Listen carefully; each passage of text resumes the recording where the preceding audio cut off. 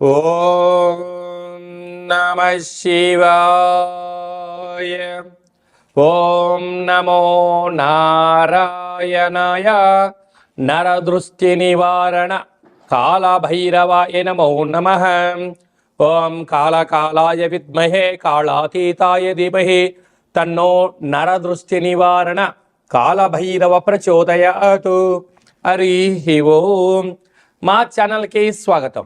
చూస్తున్న వీక్షకులకు, ప్రేక్షకులకు, ప్రియ కాళభైరవ భగవద్బంధులకి స్వాగతం పలుకుతూ, జ్యోతిష్య అభిమానులకు, సనాతన ధర్మ సంరక్షకులకు అందరికన్నా ముందుగా చైత్ర పూర్ణిమ శుభాకాంక్షలు.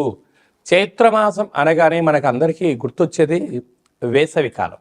అంటే స్కూళ్ళు, కాలేజీలు అన్నీ అయిపోయి పిల్లలతో ఆటపాటల చేత అందరము ఆధ్యాత్మిక చింతనతో కూడుకున్నటువంటి మాసం కనుక వేసవి కాలంలో వీలైనంత వరకు మిట్ట మధ్యాహ్నం పూట బయట ప్రయాణాలు పెట్టుకోకుండా ఉండడం ఉత్తమోత్తంగా భావించగలగాలి.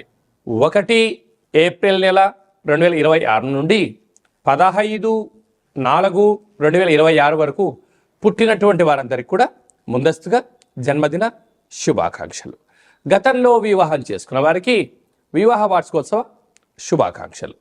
ద్వాదశ రాశుల్లో గ్రహ గమనాలను వీక్షింపచేద్దాం.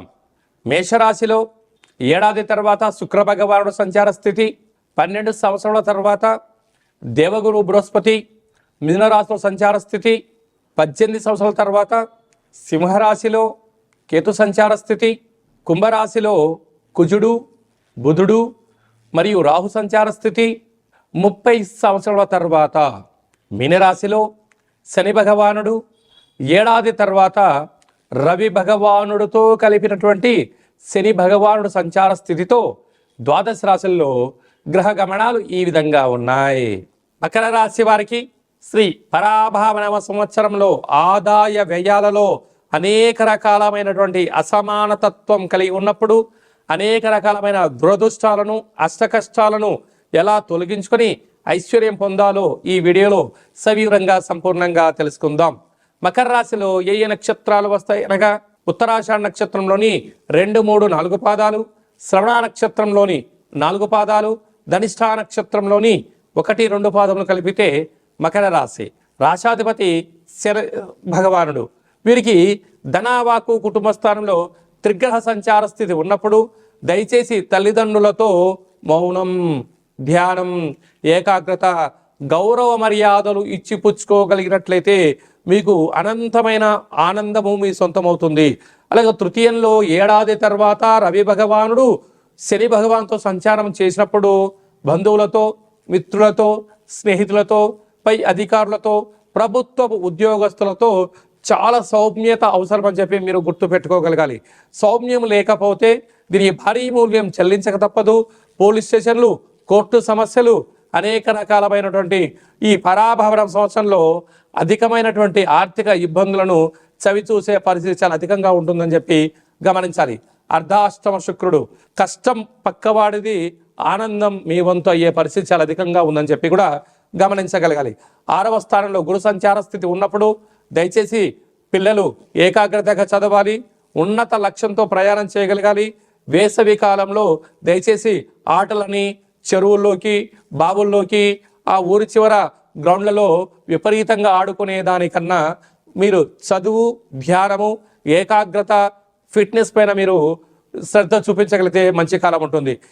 ఇలాంటి కష్టకాలంలో మీరు చైత్ర పూర్ణిమ సందర్భంగా ఒక వెడల్పాటి పాత్రలో పాలను లేకుండా జొన్న పిండిని, బియ్య పిండిని వేసి మీ మనసులో ఉండబడిన కోరికను ఆ చంద్ర భగవాన్ని చూస్తూ నమస్కారం చేసుకొని ఆ యొక్క శ్వేతవర్ణం కలిగినటువంటి తిలకాన్ని పెట్టుకొని ఈ నీటిని గోమాతకు పెట్టడం వలన అష్ట కష్టాలు తొలగిపోతాయని చెప్పి గమనించాలి.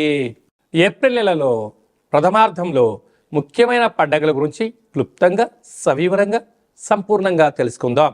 మనకు 2వ తారీఖు ఏప్రిల్ నెలలో చైత్రమాస పూర్ణిమ అంటే విశేషమైనటువంటి పూర్ణిమ తిథి ఎందున, అంటే తెలుగు ఉగాది ప్రారంభమైన తర్వాత వచ్చేటువంటి మొట్టమొదటి పూర్ణిమ కావడం వలన తప్పక మనమందరము కూడా వీలైనంత వరకు గృహంలో శక్త్యానుసారంగా శ్రీ రమా సహిత సత్యనారాయణ స్వామి ఒక వ్రతము, అలాగనే రాత్రిపూట చంద్రోదయ దర్శనం చేసుకోవడం వల్ల సంవత్సరాంతము అఖండమైనటువంటి చంద్రుడు ఆకాశంతో వెలుగులులా ప్రసరిస్తూ ఉంటాడో మన జీవితాల్లో అన్నింటా విద్యలో, ఉద్యోగంలో, వివాహంలో, సంతానంలో, రాజయోగంలో సకల భోగ భాగ్యాలతో ఆనందంగా ఉంటాము అని చెప్పి గమనించాలి. అలాగనే మనకు 6వ తారీఖున సంకట చతుర్థి, తెలుగు సంవత్సరాది ప్రారంభమైన తర్వాత మొట్టమొదటి సంకటహర చతుర్థి కనుక సాయం సంధ్య వరకు ఉపవాసం ఉండి విఘ్నేశ్వర స్వామివారికి గరికను, అటుకులను నైవేద్యంగా ఏర్పాటు చేసి స్వామివారికి ప్రదక్షిణ చేసి రావడం వల్ల సకల అష్ట కష్టాలన్నీ తొలగిపోయి అష్టైశ్వర్య ప్రాప్తి కలుగుతుందని చెప్పి కూడా గమనించాలి. అలాగనే మనకు 10వ తారీఖున చైత్రమాస బహుళపక్ష కాలాష్టమి, తెలుగు ఉగాది ప్రారంభం అయిన తర్వాత వచ్చేటువంటి మొట్టమొదటి కాలాష్టమి కనుక కాలాన్ని మనం జయింపచేయాలన్నా, జాతకంలో ఉండబడిన గ్రహదోషాలు తొలగించుకోవాలన్నా, జీవితంలో మనం అనుకున్న గమ్యాలు చేరాలన్నా కాలాన్ని శాసింపజేసే శక్తి కాలభైరవుడికి ఉంటుంది. కనుక ఇంట్లో కూష్మాండ దీపము, కాలభైరవ అష్టకాన్ని వినడం, స్మరణ చేయడం, ధ్యానం చేయడం, పక్షులకు ఇది వేసవికాలం కావడం వలన కాకులకు, పావురాలకు నీటిని, ఆహారాన్ని వేయడం వలన సకల దోషాలు తొలగిపోతాయి. అలాగనే చాలామందికి ఈ వేసవి కాలంలో అనేక రకాలమైనటువంటి ఇబ్బందులు ఉంటాయి. వీటిని అధిగమించగలగాలి అన్నట్లయితే తప్పక కాలాష్టమి తిథి యందున భైరవ స్వామికి స్మరణ, ధ్యానం అవసరం.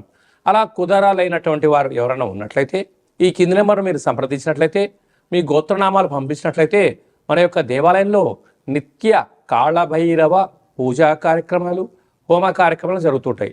అలాగనే కాశీ క్షేత్రంలో కూడా మనము నిత్యము కాళభైరవ పూజా కార్యక్రమం నిర్వహించడం జరుగుతుంది. కనుక మీ గోత్రనామాలు పంపించగలిగినట్లయితే మీకు అక్కడ పూజ చేయించి వీడియో కాల్ ద్వారా ప్రత్యక్ష ప్రసారాన్ని చూపిస్తూ కాళభైరవుడి యొక్క ఆశీస్సులను మీకు అందజేయడం జరుగుతుందని చెప్పి గమనించాలి. కనుక మీ యొక్క వ్యక్తిగత జాతకం తెలుసుకోవాలనుకుంటున్నారా?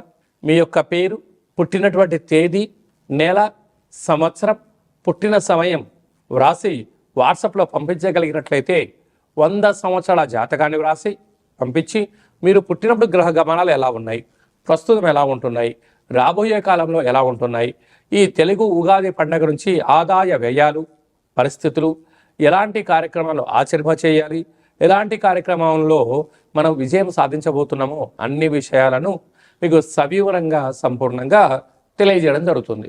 డేటా బర్త్లో లేనటువంటి వారికి పేరు యొక్క మొదటి అక్షరాన్ని అనుసరిస్తూ రాశి స్థితిగతులను తెలియచేస్తూ రమణ శాస్త్రం ద్వారా అనగా గవ్వల ద్వారా కాళభైరవ ఉపాసన చేత భూత భవిష్యత్ వర్తమానాన్ని గవ్వల జ్యోతిష్యం ద్వారా తెలియజేయడం జరుగుతుంది. అందరికీ శుభాన్ని, ఐశ్వర్యాన్ని, ఆనందాన్ని చైత్ర పూర్ణిమ నుండి ఈ తెలుగు ఉగాది సంవత్సరం అందరూ అద్భుతమైన విజయాలు సాధించాలని కోరుకుంటూ మనసారా ఆశీర్వచనం. ఓం శతమానం భవతి శతాయు పురుష సతేంద్రియ ఆయుష్యేవేంద్రియే ప్రతిష్టతి ధనం ధాన్యం బహుపుత్రలాభం శత సంవత్సరం దీర్ఘమాయు సర్వే జనా సుఖినో భవంతు లోకా సమస్తా సుఖినో భవంతు సర్వం కాళభైరవ దేవతార్పణమస్తు. హరి ఓం. ఈ వీడియో మీకు నచ్చినట్టయితే మా ఛానల్ని సబ్స్క్రైబ్ చేసుకోండి, గంట సింబల్ ప్రెస్ చేయండి, ఆల్ బటన్ కూడా తెలియచేయండి. ఈ భక్తి సమాచారాన్ని భగవద్బంధులకు, మిత్రులకు, స్నేహితులకు చేరవేయండి. హిందూ ధర్మాన్ని కాపాడండి.